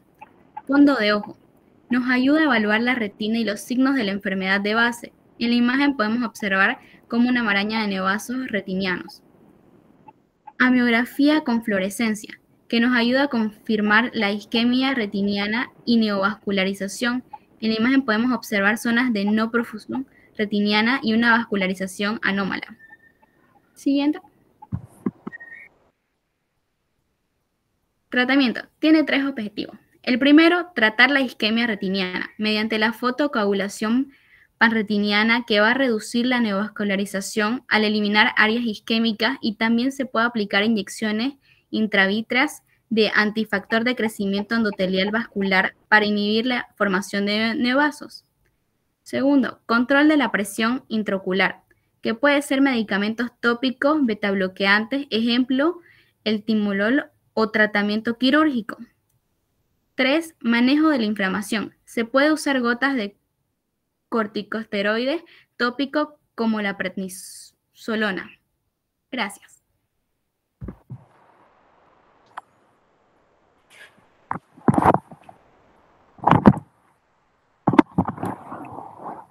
Ya, ahora yo les voy a hablar del tratamiento médico del glaucoma. El tratamiento médico se enfoca en reducir la presión intraocular, como hemos visto, que es lo que causa el daño al nervio óptico, y generalmente se usan gotas oftálmicas para evitar este daño. Las gotas pueden actuar de diferentes maneras. Algunas disminuyen la producción del humor acuoso, otras mejoran su drenaje.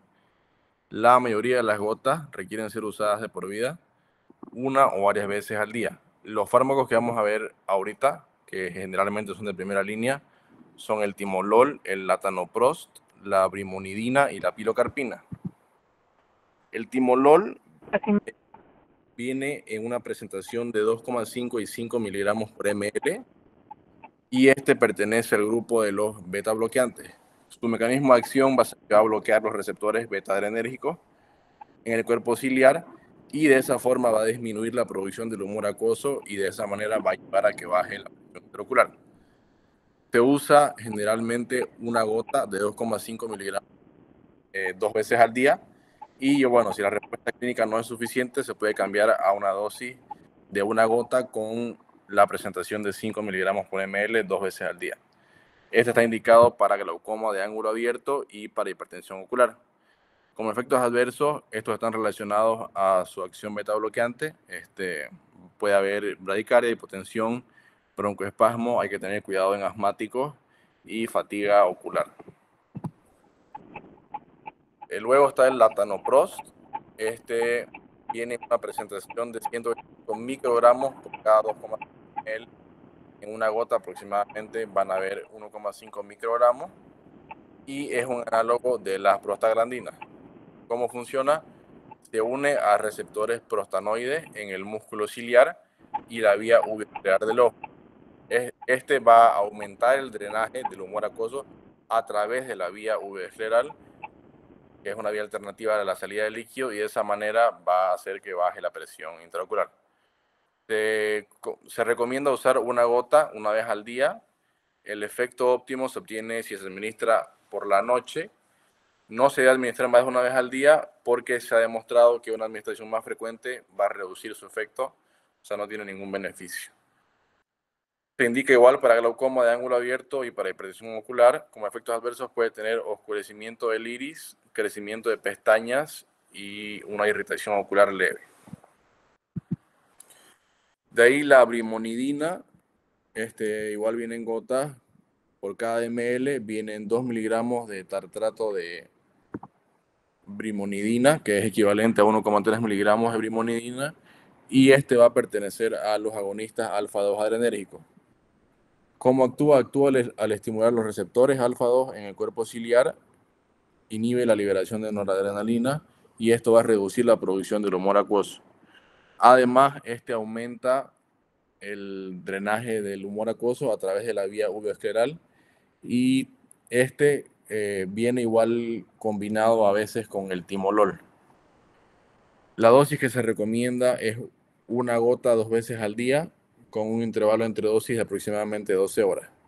Igual se indica para glaucoma de ángulo abierto, para hipertensión ocular. Como efectos adversos puede llegar a aparecer boca seca, fatiga, somnolencia, reacciones alérgicas locales.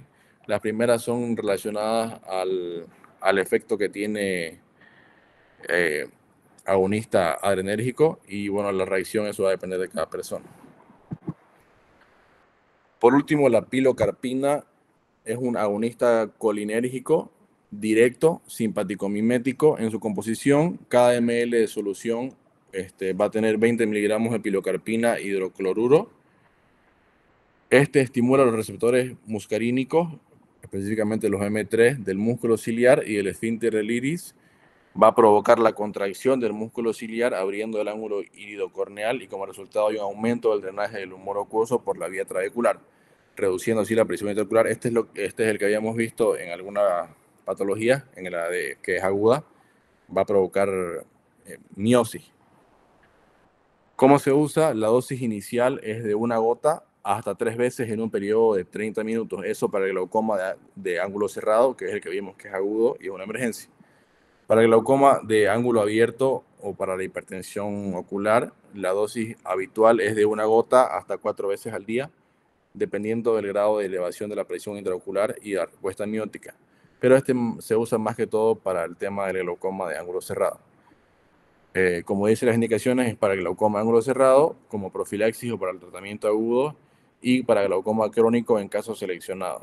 ¿Qué efectos adversos puede tener? Miosis, visión borrosa, especialmente nocturna, cefalea frontal y lagrimeo excesivo. Eso es, doctora. Excelente. El tratamiento médico pues es lo primero que vamos a hacer, pero últimamente, no siempre, pero últimamente no siempre. ¿Por qué? Porque han aparecido nuevos láseres para el tratamiento. Es más, Ahmed es uno de los glaucomatólogos más famosos del mundo y él dice que los láseres son lo primero que tendríamos que hacer, luego mantener a nuestro paciente con tratamiento médico y realiza una cirugía al año, o sea, excepcionalmente ya opera glaucoma. Porque que han aparecido unos láseres increíbles que hacen un tratamiento tan eficaz que él ya casi no opera glaucoma y es el glaucomatólogo más.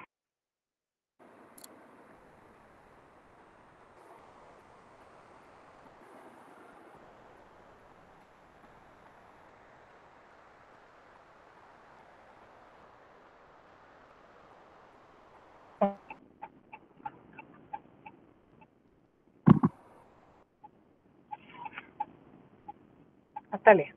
Ok. Bueno, yo voy a hablar sobre el tratamiento. Bueno, primero vemos lo que el cuerpo ciliar del ojo, la pupila anterior y drena por el corneal a través de la malla trabecular y el canal de Schlemm. Bueno, eso es base para entender cómo funcionan los láseres en el tratamiento del glaucoma. Bueno, como introducción, el glaucoma se caracteriza por el daño progresivo del nervio óptico que está asociado a la presión intraocular elevada. Entonces, básicamente el objetivo de los láseres son, dependiendo del mecanismo que éste tenga, puede ser dirigido a aumentar el drenaje trabecular, a disminuir la producción acuosa o a crear una vía alterna del flujo de este humor acuoso. Las técnicas de láser ocupan un lugar intermedio entre la terapia médica y la cirugía incisional. Se usan cuando los colirios no logran controlar la presión intraocular o el paciente no las tolera. Se puede usar como alternativa inicial en algunos casos o cuando se quiera evitar una cirugía más invasiva. Los tres tipos principales de tratamiento láser para el glaucoma son la trabeculopatía, que básicamente lo que hace es aumentar el drenaje trabecular. Se usa en el glaucoma de ángulo abierto. Luego está la iridotomía, que lo que hace es crear una vía alternativa para que el flujo pueda salir. Se usa en el glaucoma de ángulo cerrado. Y luego está la ciclofotocoagulación, que se usa en glaucomas avanzados o difíciles de controlar mediante la disminución de producción acuosa. En la trabeculoplastía, los dos tipos principales o las más usadas son la trabeculopatía láser de argón, que es la ALT, donde se utiliza un láser de argón térmico que aplica calor para tratar el ángulo del drenaje del ojo. Este láser actúa sobre la malla trabecular, estimulando que hayan cambios biológicos como remodelación del colágeno y activación de macrófagos que aumentan la permeabilidad del tejido, facilitando la salida del humor acuoso hacia el canal de Schlemm. Esto a su vez reduce la presión intraocular. Luego está la láser selectiva, que utiliza un láser en las células pigmentadas del ángulo de drenaje sin causar daño térmico significativo, es decir, que produce menos cicatrización y puede ser repetida con mayor eficacia. Esta es la técnica más utilizada y es la que se puede ver en este video. Entre otros tipos de trabeculoplastia está el láser con micropulso, donde se utiliza pulsos de energía para minimizar el daño y la inflamación. Esto permite repetir la técnica. Está la trabeculoplastia láser con titanio de zafiro, donde se utiliza un láser de titanio de zafiro que penetra más profundo en el ángulo, causando un daño mínimo. Y luego está la que es con láser de diodo, donde se aplican micropulsos de energía al tejido de drenaje, estimulando mayor salida de líquido. La desventaja de la trabeculoplastia es que no siempre son efectivos en todos los casos y puede haber inflamación transitoria o un pico de presión elevada luego del tratamiento. Es una técnica ambulatoria, indolora, no se hacen incisiones y se pueden volver a repetir. Luego está la iridotomía láser, periférica, donde se crea un pequeño orificio en el iris para mejorar el drenaje de líquido dentro del ojo, reduciendo la presión intraocular. Se utiliza principalmente para el glaucoma de ángulo cerrado, es ambulatorio, rápido e indoloro. El objetivo es crear una nueva vía de comunicación entre la cámara posterior y la cámara anterior del ojo cuando el paso del humor acuoso está bloqueado por el iris. Lo que hace el láser es perforar un pequeño orificio en la parte periférica del iris que permite que el humor acuoso pase libremente de la cámara posterior a la anterior, abriendo el ángulo de drenaje. Este procedimiento es rápido, reduce la presión casi de inmediato y nos ayuda a evitar cirugías más invasivas.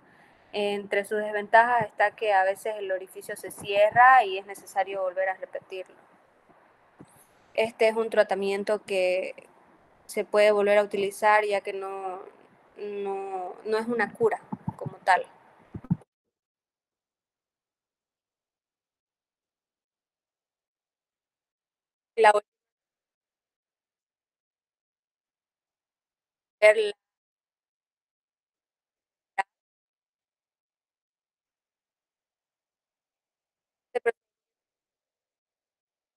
Consiste en aplicar el láser en el cuerpo ciliar para reducir la producción de humor acuoso y así disminuir la presión intraocular.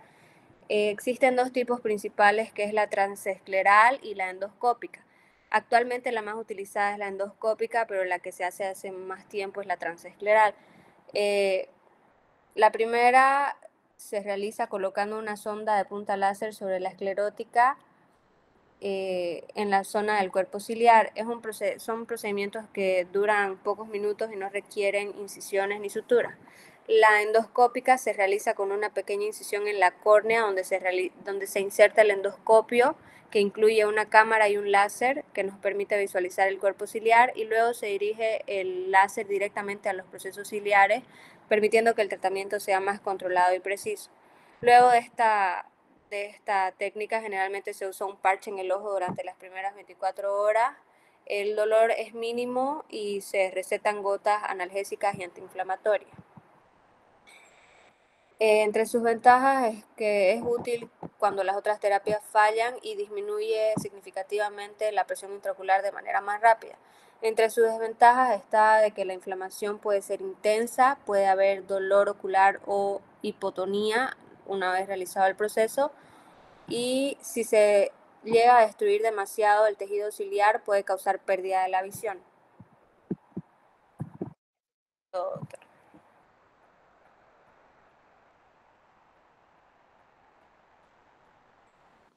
Buenas noches, doctora.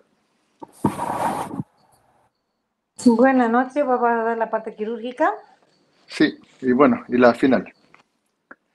Bueno, Bien. mi nombre es Andrés Garay. Como dijo la doctora, voy a hablar del tratamiento quirúrgico de glaucoma, que llamaremos, entre comillas, el último recurso frente a esta enfermedad silenciosa, llamemos, que roba la visión sin avisar.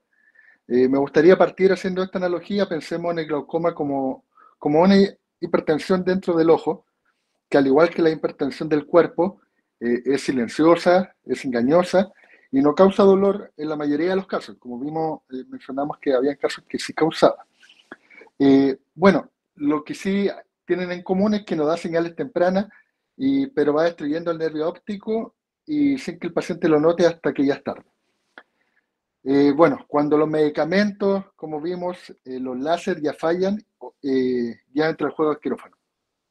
Es lo último, ya como mencionaba la doctora, nos ocupa mucho, pero cada milímetro que vamos a abrir esta ventanita define mucho el futuro visual del paciente. Por favor, podemos ver acá esta imagen. Quiero que observen la imagen, que vean primero acá que se forma como una distorsión y finalmente una visión en túnel. Esto surge cuando el aumento de la presión intraocular o la vulnerabilidad del nervio óptico provocan una pérdida progresiva de las fibras nerviosas. Continuamos. La definición: el tratamiento quirúrgico de glaucoma incluye todos los procedimientos diseñados para bajar la presión intraocular, cuando el manejo médico no lo logra. Por lo tanto, esto no cura el daño existente, pero sí protege la visión, que ya queda. ¿Ya? Continuamos.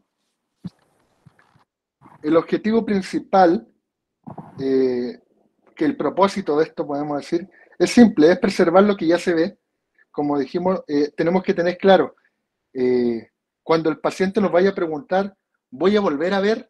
Ustedes tienen que ser enfáticos y ser honestos en su respuesta. No vamos a mejorar su vista, no vamos a mejorar su agudeza visual, pero podemos evitar que deje de ver, y que esta enfermedad siga progresando. Que esa es la verdadera meta, que es prevenir la ceguera total. Continuamos. Las indicaciones quirúrgicas. Indicamos cirugía cuando. Tenemos 5, bueno, yo puse 5 puntos importantes, que lo primero es la presión ocular. No se controla cuando esta no se controla con 3 o más fármacos, ese ya es un criterio quirúrgico. Cuando hay progresión del daño visual o estructural. Tercero, cuando existe intolerancia o mala adherencia al tratamiento. Eso quiere decir que el tratamiento no fue adecuado o bien no hizo efecto en el paciente. Cuarto, se trata de glaucomas secundarios, neovasculares, postraumáticos, congénitos, que como mencionaban mis compañeros, y esto también entra a cirugía. Y finalmente el quinto son glaucomas agudos, que no responden al manejo ni médico ni láser, y obviamente tenemos que ingresar a lo quirúrgico. Continuamos. Bueno, las cirugías se agrupan en 3 grandes tipos, que la primera son filtrantes, que crean nuevas vías de drenaje del humor acuoso. La segunda son no perforantes, y facilitan la salida sin abrir la cámara anterior. Y la tercera son ablasivas, reducen la producción del humor acuoso en el cuerpo ciliar. Y por lo general estas, bueno, no son quirúrgicas propiamente tal, pero tienden a ser láser. Continuamos. La primera de estas, que fue la que, bueno, ya la habíamos mencionado anteriormente, pero es la primera y la más importante, el gold estándar, la trabeculectomía. Bueno, sigue siendo la cirugía más utilizada y eficaz para controlar la presión ocular. El cirujano crea una pequeña ventana, como se muestra aquí en el video, no, creo que no está corriendo, pero se hace una pequeña ventana en la esclera, en la parte blanca, permitiendo que el humor acuoso salga hacia una ampolla debajo de la conjuntiva. Por lo general esta ampolla está en la parte superior del ojo. Las ventajas, bueno, baja la presión de forma potente, duradera, y hay complicaciones, puede haber hipotonía, puede haber fibrosis ahí en el cierre de este drenaje, puede haber infecciones, blebitis y endoftalmitis, que son infecciones en el ojo, y las otras son infecciones propiamente tal en la ampolla hasta donde va a drenar. Continuamos. Gracias. Ahora tenemos la goniostomía, que ya la habíamos mencionado anteriormente. La goniostomía se realiza bajo visión directa del ángulo iridio corneal, abriendo el trabeculado para facilitar la salida del tumor acuoso. Está indicado principalmente en los glaucomas congénitos o juveniles y especialmente cuando el ángulo está claro. Esa es la diferencia entre que yo decido hacer una goniostomía o una trabeculectomía, es que en el iris en este caso estaría claro y en la anterior puede hacerse con el iris opaco. ¿Cuál es la ventaja de esta? Que podemos preservar la anatomía ocular, también podemos controlar la presión durante años sin medicación. Las limitaciones, como les dije, va netamente si la córnea está opaca, se usa la otra alternativa que fue la primera que vimos, que es la trabeculectomía. Continuamos, por favor. Después tenemos los implantes de drenaje. Cuando la trabeculectomía no funciona, no es viable, se emplean implantes de drenaje como el Ahmed, el Baerbelt y el Molteno. Estos son, más que nada, son tubos que conducen el humor acuoso desde la cámara anterior hacia una placa que está bajo la conjuntiva. No sé, Natalia, si me puede apoyar viendo si es que el video se mueve. ¿No? ¿No? Ya, no importa. Entonces, bueno, la ventaja de esto es que es un control eficaz en la presión en casos difíciles, y la complicación que puede haber, ya que va un tubo, es el desplazamiento de este tubo, o que hay una bajada de presión, una hipotonía, o una erosión en la conjuntiva. Continuamos. Después tenemos la esclerotomía profunda no perforante, o EPNP, perdón. Esta permite filtrar el humor sin abrir la cámara anterior, reduciendo las complicaciones graves que nos traía la otra, que son un poco más invasivas, y está indicada en glaucomas de ángulo abierto a moderado, en pacientes con riesgo de hipotonía o córneas frágiles. Las ventajas es que tiene menor riesgo de infecciones, ya que no hay una gran incisión que se tiene que hacer, y la presión puede bajar bastante, entonces es bastante bueno. La desventaja de esto es que el control de la presión es más limitado, yo no puedo manejar mucho lo que es las presiones, y no es ideal en casos muy avanzados, ¿ya? Y se puede complementar con otros implantes como el SK-Gel o el Stenop Clip. Siguiente, por favor. Después tenemos ya las cirugías de menor invasividad. Bueno, tenemos el MIC, que la palabra lo dice, que son cirugía de baja intensidad. Y en los últimos años surgieron estas cirugías, son técnicas afines que buscan bajar la presión ocular, pero con la mínima manipulación del ojo. Entonces están indicadas principalmente en glaucomas leves a moderados o cuando se combina con cirugía de catarata generalmente, para aprovechar en el mismo acto quirúrgico arreglar el. Acá tenemos una de estas, también tenemos la canaloplastía, como vemos acá en el cuadro. En este caso la canaloplastía no perforante es una técnica que se introduce un microcatéter a través del canal de Schlemm para mantenerlo abierto. Bueno, el canal de Schlemm es un canal anatómico, por lo tanto lo que hacemos no es hacer otra incisión, sino que ocupamos la misma anatomía del cuerpo con una sutura tensada. Y esto mejora el drenaje natural del humor acuoso y está indicado en glaucoma de ángulo abierto o leve. Las ventajas es que no se deja una ampolla filtrante y tiene bajo riesgo de hipotonía. Y además, obviamente, al no dejar la ampolla filtrante, también tiene menos riesgo de que haya infección en la ampolla. Después tenemos las MIC propiamente dichas, que son entre las más usadas están la iStent, la Hydrus, la Exen. La iStent y la Hydrus se colocan dentro del trabeculado o del canal del Schlemm, facilitando la salida del humor acuoso. Y la Exen crea una pequeña vía subconjuntival parecida a una mini trabeculectomía. Bueno, todas reducen la presión y la necesidad de ocupar medicamentos y colirio en este caso, pero no son para todos los glaucomas y tampoco para glaucomas avanzados, ya que su efecto es moderado.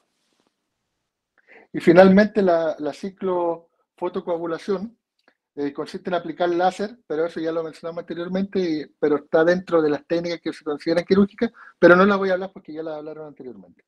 Continuamos, por favor. Ya, después tenemos las complicaciones. el éxito quirúrgico depende tanto del procedimiento como del seguimiento. Las complicaciones más comunes, tenemos la hipotonía ocular, que es por drenaje excesivo, entonces se pierde la presión dentro del ojo. Tenemos la fibrosis de la ampolla, que causa, eso causa un fracaso tardío de lo que es la cirugía. Y tenemos las infecciones graves, que son la flebitis, que es la infección de la ampolla filtrante, y la endoftalmitis, que es una infección dentro del ojo, que ya lo habíamos mencionado anteriormente. Y es por eso que el control postoperatorio y la educación del paciente es tan importante como la cirugía misma, para poder mantener y también, bueno, obviamente hacer todas las revisiones y las consultas médicas que tiene que ver con el oftalmólogo. Continuamos, por favor. Bueno, finalmente, el futuro del glaucoma está cambiando. Las MIC combinadas con la cirugía de catarata, como les dije, ya se están popularizando. Se investiga también terapia génica y de neuroprotección para preservar las células del nervio óptico, y la cirugía robótica, como también la tomografía de coherencia óptica, que se ocupan en intraoperatorio, mejorando obviamente la precisión y la seguridad de estas cirugías. Y el objetivo ya no es solo bajar la presión, sino salvar la neurona y conservar la visión funcional, que antes solamente era preservar.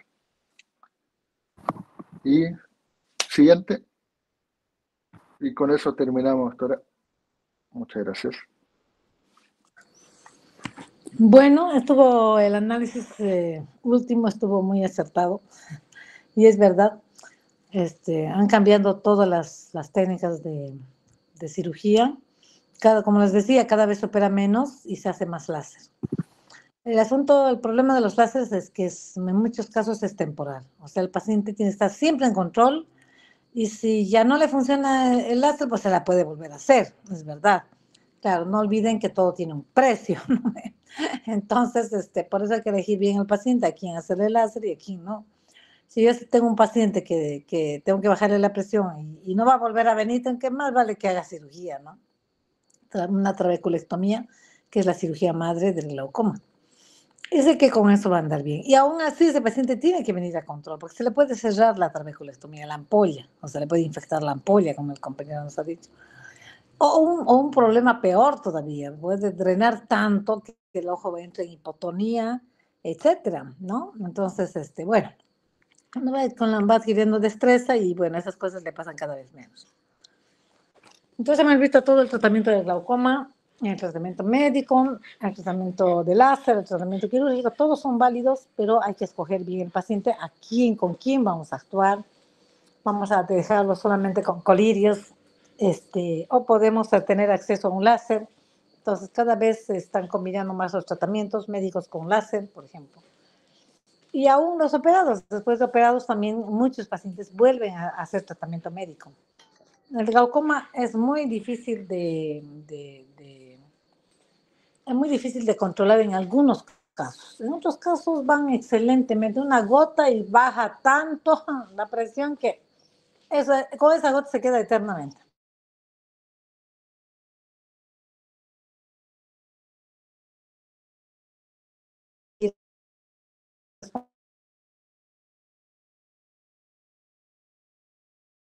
Hay que controlar un glaucoma. ¿No? Bueno, felicitaciones a todos los que aguantaron hasta aquí, pero vamos a terminar con el tema de glaucoma. Es muy apasionante, como han visto. De hecho, es una especialidad, una subespecialidad dentro de la oftalmología. Hay glaucomatólogos, solo se dedican al glaucoma, y cada vez hay más técnicas quirúrgicas, o sea, que están fascinados los glaucomatólogos. Y no es fácil de manejar muchos pacientes. Y son pacientes para toda la vida, porque imagínate, le diagnosticas un glaucoma y tienes que venirte a visitar cada 3 meses por lo menos. O sea que son pacientes para toda la vida, ¿no? Bueno, la próxima clase seguimos con estrabismo. Nos vemos entonces. Gracias por la presencia de todos ustedes. ¿Alguien tiene alguna pregunta? Bueno, hasta luego. Hasta luego, doctora, gracias. Hasta luego, de nada. Hasta luego. Hasta luego.